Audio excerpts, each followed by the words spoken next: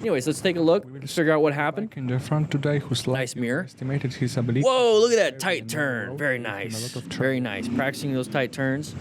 Oh, no. I was looking down at for a quick second at the chat. What happened here?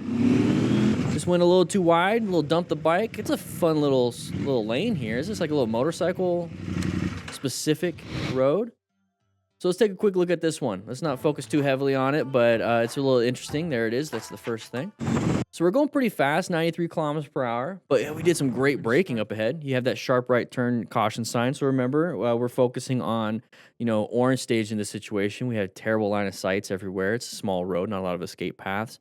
And we have some turns coming up, but let's go ahead and keep going. Great turn, especially with that big old boy bike up ahead. Very good. Got some counterweighting going on here. This is stuff that we do on the Smart Rider drills. So make sure you guys check it out. There's the booklet there. Lots of parking lot drills in there. Curvy and narrow. Practice those U-turns. Trouble. Very good. So then we accelerated through here. Maybe our nose wasn't pointed in the right spot. Write in the comments what you think.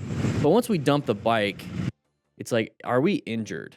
And that bike's going to be very difficult to get out, even with 3 people lifting it. So that's going to suck. Hopefully he's okay, though. It's a cool-looking area.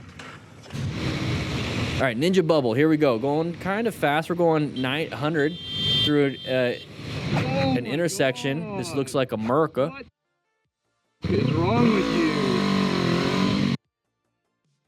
So I don't understand this whole thing. It's like, so what is wrong with you? Like the whole mentality of somebody else is out here hurting me or screwing up my ride, or I don't understand it, because if we scale it back, right? So our reaction is like, what are you doing to me? It's like, well, what are you doing before this happened? What are you doing before this happened? Like, what is the situation here? And if we're looking at going 98 miles per hour through intersections that looks like it's residential, or not residential, I'm sorry, commercial and residential. Yeah, there's a little bit here.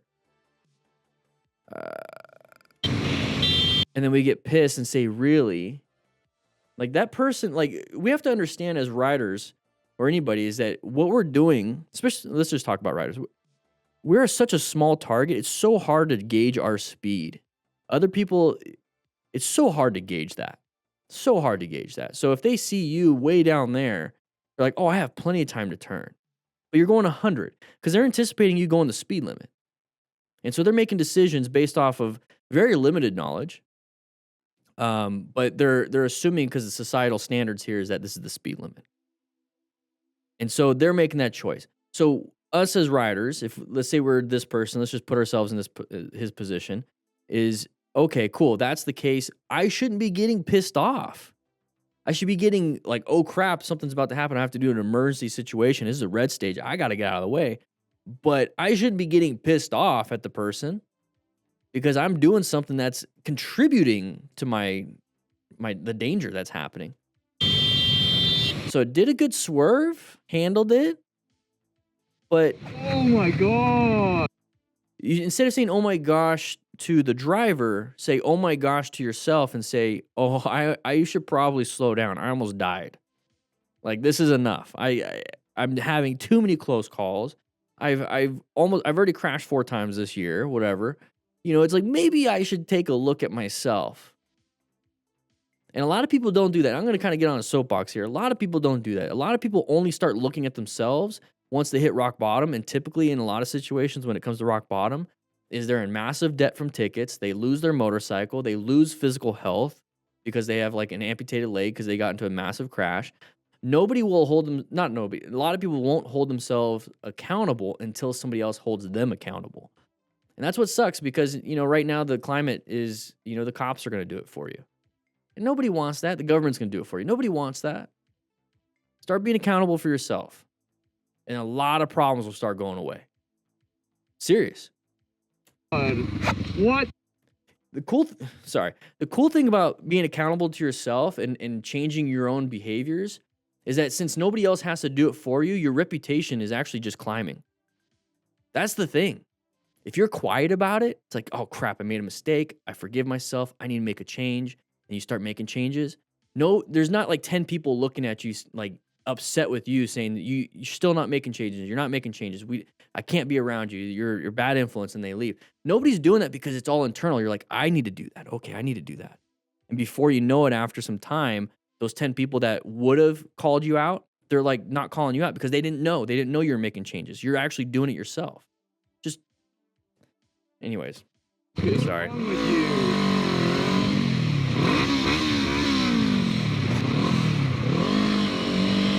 I don't know. It's frustrating. It's frustrating. G8 bikes. Here we go. Nice. Oh, this is the low side. Ooh, right side. Right side. So what are we gonna do? What are we gonna do? Walking. Very good. No limp. Very good. Talking on the cardos. Very good. So right shoulder, right hip. Thankfully, the car didn't hit her. All right. So if we're out here walking around, and this is our buddy, how do we handle this situation? Well, we have to quickly assess the severity. So like I said, she was walking around, not a big deal because that's going to help out with some of the assessment. It's okay, legs are working, lungs are working because they're breathing, especially if they're talking. Heart is working, it's pumping blood to the brain and to the legs. No disorientation. So we're doing pretty good so far. Head injury symptoms, you didn't see that she was disoriented, balance loss, nothing. Okay, perfect. Helmet worked. Maybe didn't even hit the head. Spinal cord injuries, if she had issues, you'd start feeling some numbness, loss in sensation, having that weird limp to it. Shock is pretty late in the crash, especially if a lot of blood loss. So this doesn't seem like it's gonna be a big deal. So the treatment here is, lay them down and then make sure that they're doing fine. But in this situation, it looked like, we're gonna have some mechanism of injury when it comes to this. So we have the right side, right knee, right elbow. I think she did hit her shoulder and then maybe a little tippity tap on the right side of the helmet, but the right ankle. But we got boots. It looks like it could be motorcycle jeans, and if they do, that hopefully they have hip armor. And then they have knee armor.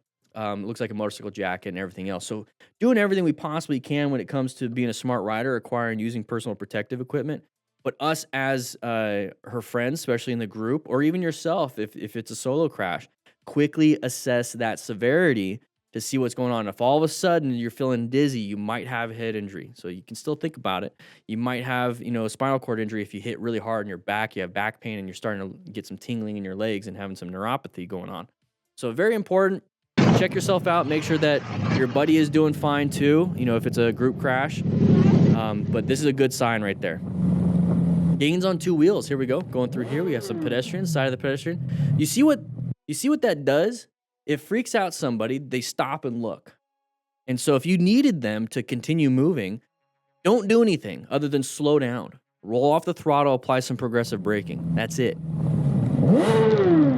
So if you were speeding, you would have probably ran into her. Just roll the throttle. She would have already made it past. Not a big deal. Not a big deal. We got some more gains on two wheels, another side of the pedestrians. Okay. Watch out for that. Oh, no. Watch out for that car. We're over here like making fun of like pedestrians, but take a look at the car. So if we were staring here looking at them being pissed off, and we have Mr. over here and jumping out in front of our path of travel, that was an open lane pattern right there. Yeah, watch out for that one. Come on now. Another side of the pedestrian, they're going to run across. Whatever. Not a big deal. Roll off the throttle. All right, here we go. Moving on. This bikie was trying to catch up with the rest of group in front of him, but unfortunately he didn't Oh. turns. He also We just talked about this at the beginning of the stream. Not wearing full gear either. Oh. We just talked about that at the beginning of the stream about confidence and not riding to other people's paces. You need to ride at your own pace. while it swerved. So we're going wide around the corner. We're speeding up quite a bit. Remember, we're in orange stage. We should be rolling off the throttle. We're already crossing the line. Not a good situation here. Roll off the throttle, do some slow look, press and roll. Per gear. Hit right there. Oh, let's see if we can slow it down a little bit. So that right leg, the top of that metal, sharp. Easily lacerate the top or your forearm. So we're gonna dump the bike.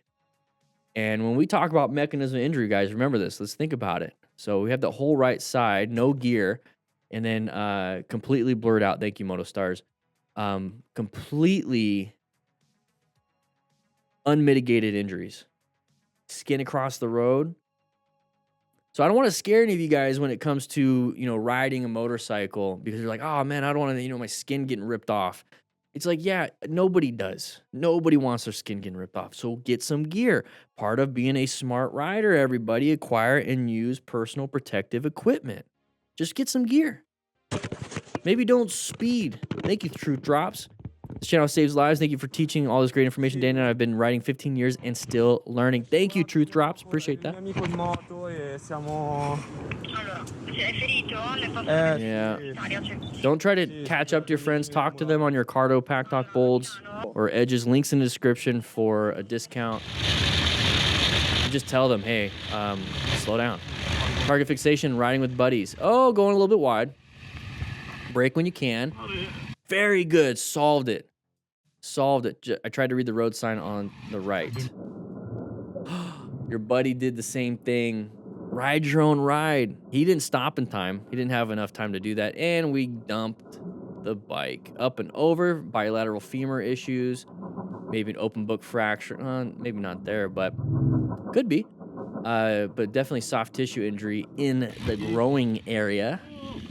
That's not good. You don't want to rip anything off, you know? And think about the front dash with the speedo, the tachometer right there. Go back a little bit. All that stuff on the front, imagine your junk catching on that, but you continue to go. Yeah. Yeah, imagine that. So what do you think happened here, everybody? So he said target fixation.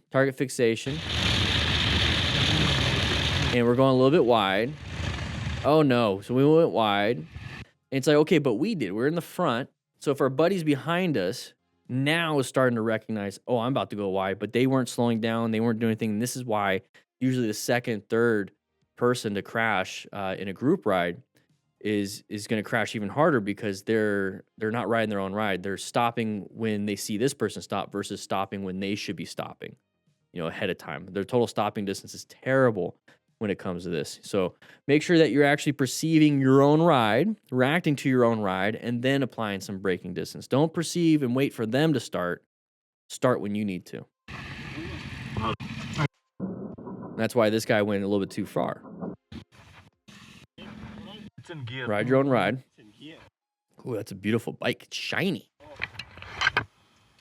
Take a look. Oh, side of the ambulance. Don't freak out too much. They did a great job. The ambulance did a great job and stopped at intersections. That's what they're supposed to do. Not a lot of them do that, though. We did see something like in the UK or something like that a while back. An ambulance just pulled out, and the motorcyclist, I think, clipped it or hit him. But this is a great, a lot of people are like, oh, man, he shouldn't have had to swerve that far. It's like, no, this is great. This swerve is really good because we utilized as much space as possible, not knowing that this ambulance was going to stop. But the ambulance did a great job. They're supposed to stop. They're supposed to. The lights and sirens are it's asking permission to go. That's it. They have to stop at stop signs. They have to stop at stoplights. They have to obey traffic laws, too. I think in Arizona, you can only go 10 miles an hour over the speed limit with lights and sirens. Not a lot of people do that, but this is a great swerve. So recognize this. Went way far, but you notice how it's a crest of the hill and you can't see what's on the other side. So if you're doing that, swerve back in your lane as quick as possible. No. Do I think I'll shift the rescue pack to the EU some days? No, I think once once I have these rescue packs sold, I don't think I'm gonna make any more. It's a lot of work. I don't think I'm gonna make any more. I think we're just gonna be selling the booklets, and then I got some new ideas for stuff. So right now it's just the booklets. After the rescue packs are done, I'll tell you guys how to make your own. I think that's what I'll be doing. Here we go, John Crow.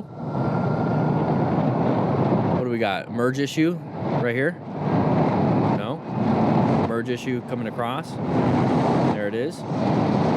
Very good. Rolled off the throttle. You see the space cushion increase? You see the space cushion? This was great. This is a great example of what to do. So John Crow, you did a great job. So I was thinking this person up ahead was going to switch over, but then once, it's very dynamic too. It's like, that's my concern. Uh-oh, blind spot. Multiple different factors, multiple different things. That person decides to go ahead and move and go where they're supposed to go. No longer a threat. no longer a threat. So when it comes to planning your ride, assessing relevant threats, I was assessing and now it's not. It's not a threat. Now I'm going to assess this person. Are they going to become an active threat? We have to do something. So we get up to here. They crossed over. We accelerate because we were going to go. I'm not too sure why. Maybe it's a road that converts into one lane. Not too sure, but the person switched over. So we accelerated, right? And it's like, oh no, I don't like it. So we rolled the throttle, maybe gave it a little bit of braking. But I want you to see how, like right now, it's like super close, the car. Let's get it in front of us, right? So the car is really close, right? We rolled off the throttle, applied some brakes, didn't accelerate, and now the car's smaller, which means they're further away. And that right there is what he's doing, is what I do, is that we're increasing our space cushion by allowing them to go the speed limit, and we go under the speed limit, so they take off basically in front of us, which gives us that space cushion. Because you can maintain your speed with them, and you're just doing this the whole time. I don't want to do that. I'm going to let them go ahead and take off while I'm just giving it a little bit. And so then my space cushion increases. Instead of just having to switch lanes, sometimes you can't switch lanes. Great example right here. So you can roll off the throttle or apply the brakes. Look at the space cushion now. Look how much room we have. Look how much room we have. That was really good. That was really good. Now look at this. Now we have room to swerve, room to brake. We can see what's happening. Perfect position for safety. Well, not perfect. I'd move off a little bit, but still very good. The driver on the right changed several lanes at once, very confidently, completely ignoring. Rick Freeman. Okay. Let's see what happens here. It's intersection. It's yellow. Are we just going to gun it? Yeah, we went through.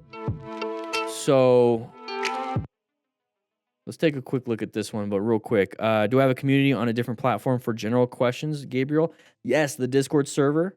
Discord server is ran by wonderful moderators and some admins, and there's a bunch of people in there, thousands of people. Ask your regular general questions, and they're there to help. Biker. Links in the description for this, for the Discord. So we're coming up to here. Okay, so this makes more sense. This makes more sense. Look at this car. Look at this car. Okay, let's go back just a little bit. I was focused on this and what we were doing, but it's kind of hard to see because it's blurry. But let's go back just a little bit. Look at the car. Completely ignoring this biker. Switched 1, 2, 3, and then we're going to go in the left turn lane. So we're in the middle of a swerve. It's a risky situation. We have to do something, though. This is a perfect red stage maneuver. This is a really scary situation. Lots of different factors. We have roadway user causing some issues. We were going to go straight, so our speed was in a pace to just go straight through to the green that at the time was green. It's at nighttime. And now that it's changing lights, we're worried about anyone else, getting into the intersection, anything like that.